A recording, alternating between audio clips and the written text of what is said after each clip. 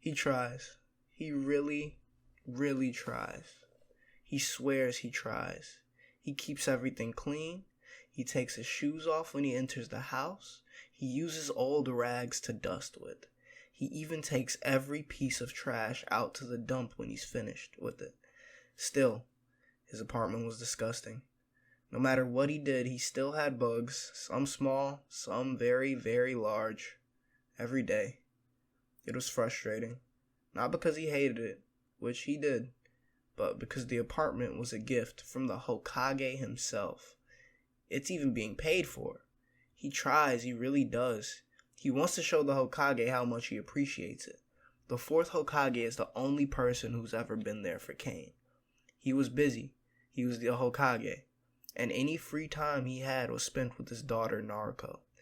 But every year, October 2nd, without fail, the Yondaime is there with the gift for him. He appreciates it more than words can possibly describe. As he looks on in defeat at several bugs scattering around the room, he makes his way out towards the training ground. "I'm leaving, Jane. I'll be back tonight," he announces to his empty apartment. Kakashi was testing them today. He told them not to eat anything or that they might throw up. Naruto had laughed and said, "No way am I skipping breakfast. Tatemayo!" Sasuke merely nodded in agreement, saying breakfast is the most important meal. Shinobi need to keep their strength up. Kane, unlike his two teammates, would be listening to his sensei. Not like he had a choice. He couldn't afford to eat today anyways. Begin. And they scattered. Well, two of them did. Kakashi raised his visible eyebrow at the blonde still standing before him, smiling directly at him with confidence. "Naruko-chan, I said begin." She snorted. "I know, Kakashi. I was just waiting on the other two to go away so we can have some one-on-one action." That's Kakashi-sensei to you, Naruko. I am your sensei now." She rolled her eyes. "Whatever you say, Kakashi." He sighed as he put his Icha away. "Alright then, let's see what you've learned." Naruko smirked wildly at him in response. "Ooh, putting your smut away, Kakashi? Finally taking me seriously, yeah?" She was practically bouncing with excitement. "Whatever helps you sleep at night, Naruko-chan." Her smile turned into a glare as she held up 4 fingers in a cross pattern. Where had he gone? He couldn't find Kakashi-sensei anywhere.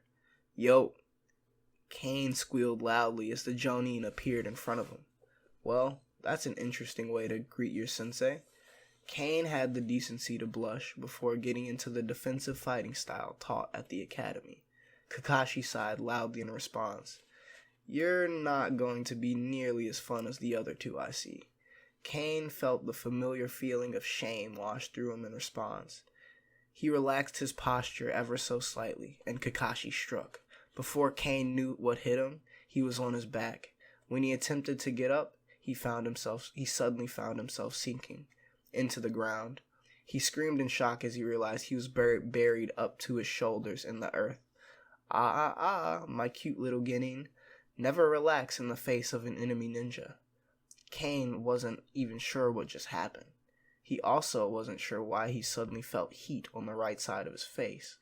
Kakashi quickly jumped backwards as a fireball flew past him, where his feet were in the air from the leap. He quickly brought up his arms to block a flying kick sent towards his face by a blonde-haired ninja. "Sasuke, do it!" she yelled out as ninja wires started flying from behind Kakashi in an attempt to surround him. Kakashi quickly shushined away. "Damn, we almost had him," Naruko yelled in frustration. She glanced over at Kane, and her eyes showed surprise as she took him in. Kane couldn't help but blush. Couldn't keep the blush of embarrassment and shame off his face if he tried.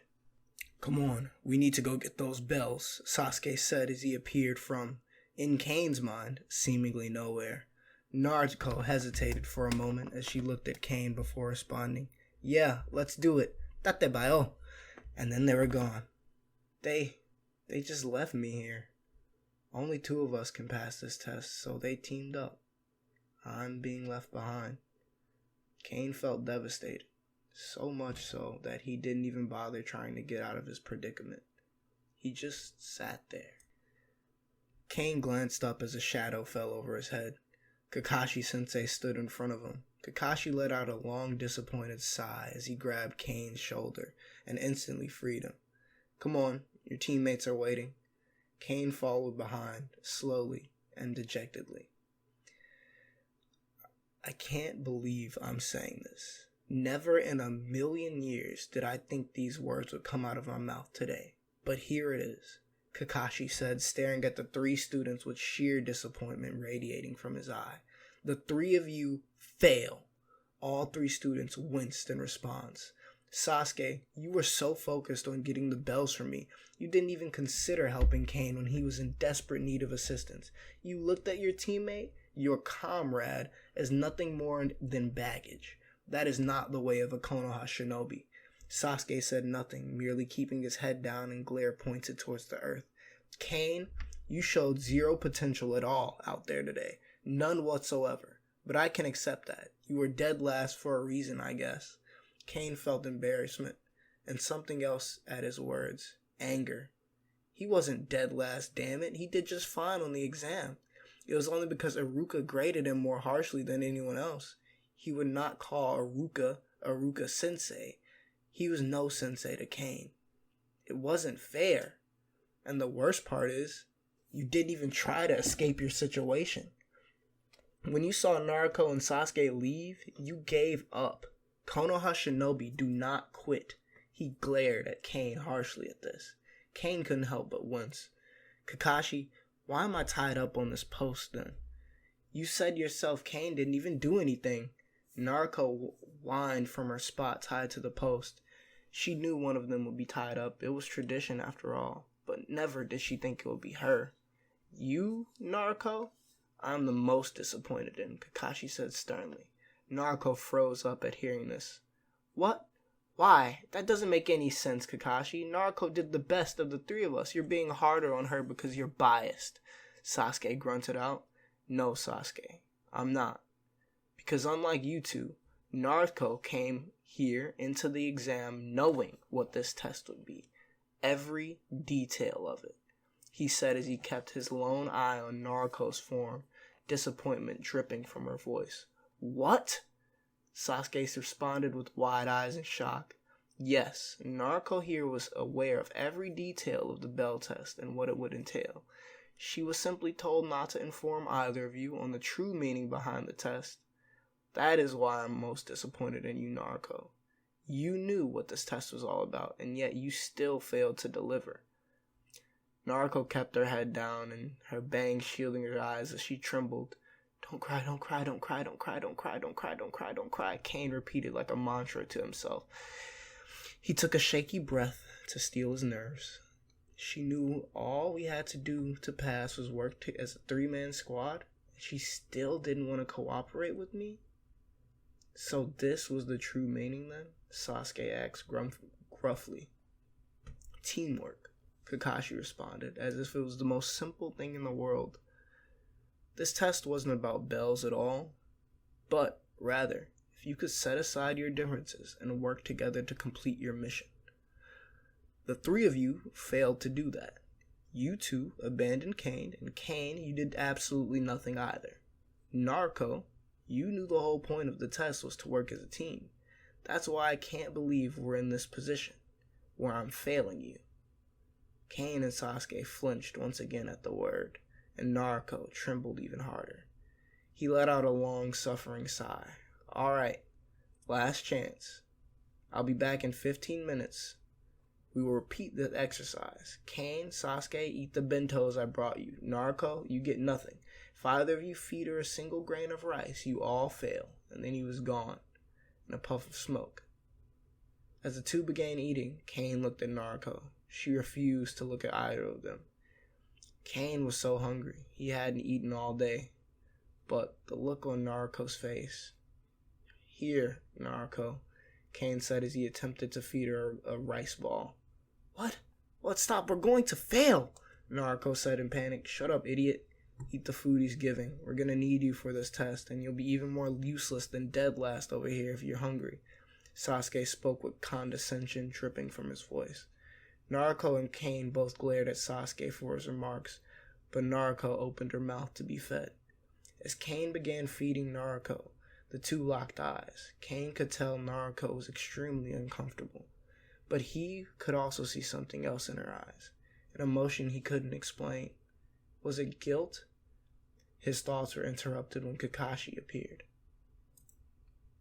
As the newly dubbed Team 7 were making their trek back home, Naruko began insisting that they get dinner together as their reward. "You have to pay, Kakashi. You're our sensei now, so you have to," she said as she bounced around. Ma, alright. "Pick a spot," Kakashi said, giving the girl an eye smile. "Let's go to that barbecue place near Dad's tower," she said with glee. "I could go for some barbecue." Sasuke mumbled with, "Was that a blush?" "It's settled then. Let's go." Naruko cheered. I can't go," Kane suddenly mumbled. All four members came to an immediately halt as all attention was given to Kane. "Sorry, but I need to get home," Kane continued to mumble. "Kane, you have to come. You're a part of Team 7 too," Naruko said aghast. "Sorry, but I can't. I want to, but I really need to get home." "But why?" Naruko whined. "Hush now, Naruko. If Kane can't come, he said he can't come. Don't pressure him," Kakashi said as he ruffled her hair. She swatted his hand away and glared up at him. "Yeah, thanks, Sensei. Sorry again, but I gotta go. I'll see you guys tomorrow," Kane spoke as he quickly turned off and ran. Miso, please," Kane nearly whispered to the shop owner named Teuchi. The man merely nodded and walked off. He knew the man didn't like him. He could tell from the looks he gave Kane. But he let him eat so long as he paid. He didn't kick him out. Unless his daughter was working with him. In which case, if he saw Kane, he wouldn't hesitate to scream and holler and boot him away from his stand. But he let him eat sometimes. It was more than he usually got. He couldn't help feeling slightly guilty, but quickly shook it off. He didn't have enough money to eat at the beginning of the day, but now he had a little bit of spending money. A stranger was kind enough to donate to him without even knowing he did so. He didn't like stealing, but it kept him fed. Kane had to look out for himself. No one else would.